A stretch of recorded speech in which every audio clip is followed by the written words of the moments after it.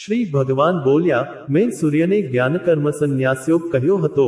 અર્જુને શંકા વ્યક્ત કરતા કહ્યું, સૂર્ય તો તમારી અગાઉ જન્મેલા, તેમને તમે યોગ કેવી રીતે કહ્યો? શ્રી ભગવાન કહે છે, મારા અને તારા ઘણા જન્મો થઈ ગયા છે.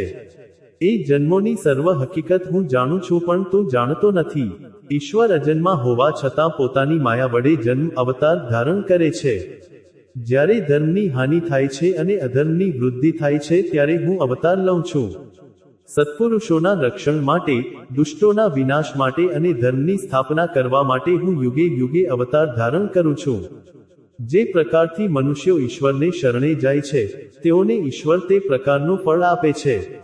ભગવાનને કર્મફળની સ્પૃહા ન હોવાથી તેમને કર્મો સ્પર્શી શકતા નથી. મનુષ્ય ફળની ઈચ્છા રાખ્યા વિના કર્મો કરવા જોઈએ, તો તે તેને સ્પર્શતા નથી. યજ્ઞ કરતા વધેલું અંત અમૃતરૂપ ગણાય છે. તેને આરોગનાર સનાતન બ્રહ્મ પામે છે. જ્ઞાનરૂપી અગ્નિ સર્વ કર્મોને બાળીને ભસ્મ કરી દે છે. શ્રદ્ધાળુ મનુષ્યને જ્ઞાન પ્રાપ્તિ થાય છે, અને જે જ્ઞાની હોય છે તેને સદાય શાંતિ હોય છે. જ્ઞાનના જેવું બીજું કાંઈ પણ પવિત્ર આ સંસારમાં નથી. તે જ્ઞાન મેળવીને આત્મામાં એકાગ્રતા સિદ્ધ કરીને જ્ઞાની પુરુષ સમય જતા આત્મામાં એકાકાર થઈ જાય છે. જેણે આત્માની એકાગ્રતારૂપી યોગથી કર્મફળ ત્યજી દીધા છે, તેની શંકાઓ જ્ઞાનની પ્રાપ્તિથી દૂર થઈ જાય છે, અને એવા આત્મજ્ઞાની પુરુષને તેના કર્મોનું બંધન થતું નથી.